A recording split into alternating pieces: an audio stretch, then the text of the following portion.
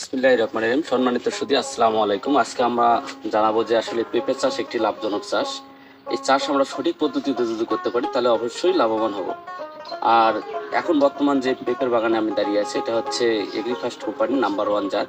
এটা দেখেন মাশাআল্লাহ প্রত্যেকটি গাছে পেঁপে ধরেছে অনেক, আর একদম রোগ বালাই সহনশীল। এটা রোগ একেবারেই নাই বলতেই চলে। যে দেখেন যে আসলে ফুল ফল ঝরে যায় এমনটা না। দেখেন আমরা পুরো বাগানটা দেখাবো আপনাদের। যে যদি ভালো লাগে অবশ্যই চ্যানেলটিকে সাবস্ক্রাইব করে পাশে থাকা বেল আইকন বাজিয়ে দিবেন, কেননা এরকম ধরনের আমরা ভিডিও যেন বেশি বেশি করতে পারি। আর এতে করে অনেক যে উদ্যোক্তাগণ আছেন তাদের উপকৃত হতে পারে তারা, সেই করে আমরা আসলে ভিডিওগুলো বানানো। অবশ্যই চ্যানেলটি সাবস্ক্রাইব করবেন। আর দেখেন ইতিমধ্যে আমরা সব পুরো বাগানটা আমরা দেখাবো ঘুরে, যে আসলে নামে নাম্বার 1 না, আসলে কাজেও নাম্বার 1। আর এতে করে এই পেঁপের জাতটা এমন একটি জাত যে আসলে ফুল ফল একদম ঝরে যায় না।